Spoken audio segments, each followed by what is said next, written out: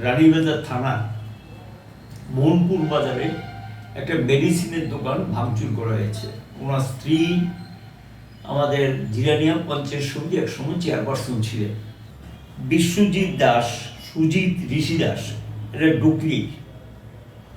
এদেরকে রাতে বাড়ি থেকে তুলে নিয়ে আসে এডিনগর থানা, মানে উদয়নগর যে থানা, সেই থানার শাসক দল এই সমাবেশ থেকে হয়তো আতঙ্কিত, আর নতুবা হতাশা থেকে একটা রাজনৈতিক উদ্দেশ্য চরিতার্থ করার লক্ষ্যে প্রশাসনকে কাজে লাগিয়ে, অর্থাৎ পুলিশ প্রশাসনকে কাজে লাগিয়ে মামলায় গ্রেপ্তার করা শুরু হয়েছে।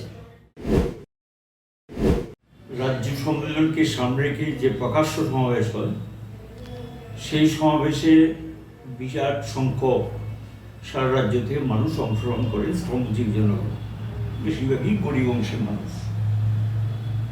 তারা তাদের মনের ক্ষোভ, বুকের ব্যথা এটা জানানোর জন্যই সেদিন সমস্ত বাধা অতিক্রম করে আগরতলায় এই সমাবেশে অংশ নেন। শাসক দল এই সমাবেশ থেকে হয়তো আতঙ্কিত, আর নতুবা হতাশা থেকে একটা রাজনৈতিক উদ্দেশ্য চরিতার্থ করার লক্ষ্যে প্রশাসনকে কাজে লাগিয়ে, অর্থাৎ পুলিশ প্রশাসনকে কাজে লাগিয়ে মামলায় গ্রেপ্তার করা শুরু হয়েছে।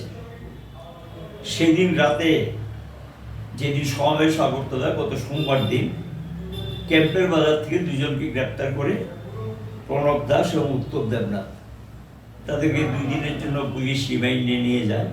তারা এখনো জামিন পায়নি। আবার গতকাল রাত্রে বিশ্বজিৎ দাস, সুজিত ঋষি দাস, এটা ডুকলি। এদেরকে রাতে বাড়ি থেকে তুলে নিয়ে আসে এডিনগর থানা, মানে উদয়নগর যে থানা, সেই থানার তুলে নিয়ে এসে একই মামলায় তাদেরকে আজকে কোর্ট ফরওয়ার্ড করা হয়। জামিন পায়নি, তাদেরকে জেল কাস্টডিতে পাঠিয়ে দেওয়া হয়েছে। কি অপরাধ এত করেছে বা কি কারণে তাদেরকে গ্রেপ্তার, তার চেয়ে বড় বড় ঘটনা রাজ্যে ঘটছে। দেখা যায় নেশা কারবারি ধরতে পারে না, যারা সমাজদ্রোহী কাজের সঙ্গে যুক্ত তাদেরকে ধরতে পারে না, আর যারা একটু সামান্য কিছু থাকে তাদেরকে গ্রেপ্তার করে জেল কাস্টডিতে পারে। এটা কেন মিটিংয়ে আসলো, কি কারণ আসলো, একটা ভীতির পরিবেশ তৈরি করার লক্ষ্যে শাসক দল, সেটা আতঙ্কিত কিনা তারাই বলতে পারবে। এবং লক্ষ্য করা গেল যে তাদের বিরুদ্ধে এই মামলা রুজু করে এই গরিব, দিন আনে দিন খায়, তারা সাধারণ শ্রমজীবী মানুষ, তাদের উপর পরিবারটা নির্ভরশীল, তাদেরকে গ্রেপ্তার করে সেখানে জেলে পুরে দেওয়া হয়েছে। লক্ষ্যটা কি? একটা ভীতির পরিবেশ তৈরি করা, আতঙ্কের পরিবেশ তৈরি করার জন্য এই লক্ষ্যে এটা করছে। আমরা শাসক দলে পুলিশ প্রশাসনকে এভাবে রাজনৈতিক স্বার্থে ব্যবহার করে এবং সেখানে গিয়ে একটা ট্রেড ইউনিয়নের কর্মীদের বিরুদ্ধে, সমর্থকদের বিরুদ্ধে রেলিয়ে দেওয়া বা কাজে লাগানো, এটার প্রতিবাদ জানাচ্ছি, সঙ্গে নিন্দাও করছি। সরকারকে বলবো যে এটা করে মানুষের মনের কষ্ট, বুকের ব্যথা দূর করা যায় না। তাদের যে দুর্বলতাগুলো আছে এগুলো দূর করার চেষ্টা করুন, এটা কাজে লাগবে তাদের জন্য।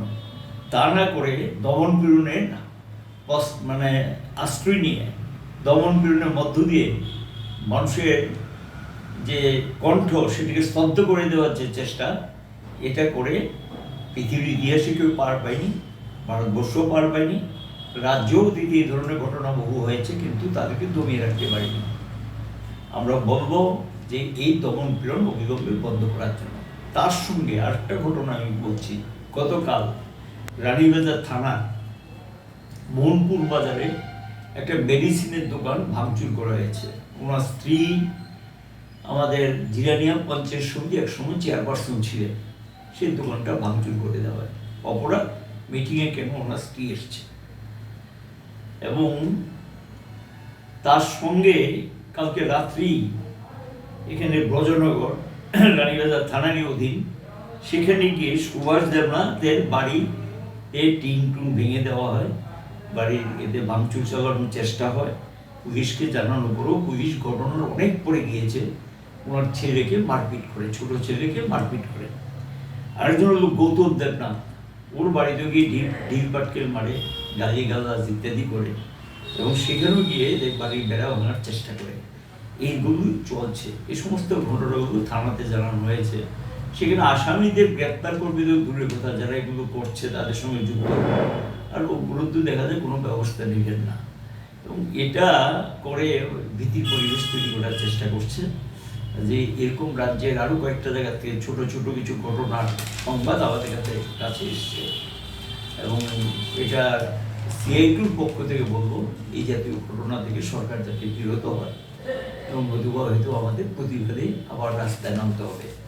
কারণ আমরা চাই না যে এই বিষয়গুলো আরও বাড়ুক, এবং সেখানে গিয়ে কে কোথায় যাবে, কোন মিটিংয়ে যাবে, কার মিটিংয়ে যাবে, তার ব্যক্তিগত স্বাধীনতা জোর জবরি করে কাউকে আটকে রাখা যায় না। মানুষের যখন দেওয়ালে পিঠ থেকে যায়, তখন কিন্তু মানুষ সামনের দিকে এগোবে, এটা তার নিয়ম। এবং এই বাস্তবতাটা সরকারের স্বীকার করে নেওয়া উচিত, এবং সেইটা ভেবেই এই দমন পীড়নের পথ থেকে যাতে সরকার বিরত থাকে। আর যাদের বিরুদ্ধে এই মামলা দেওয়া হয়েছে, মিথ্যা মামলা আমরা বলবো, এটা এই মামলা প্রত্যাহার করার ব্যবস্থা করুক, এবং তাদেরকে যাতে নিঃশর্তে ছেড়ে দেয়, এটা সরকারের কাছে আমরা দাবি জানাবো। মামলাটা সরকার মানে পুলিশ নিজে শ্রমকে দিয়েছে, কিন্তু পুলিশকে সেখানে এটা দেখতে হবে।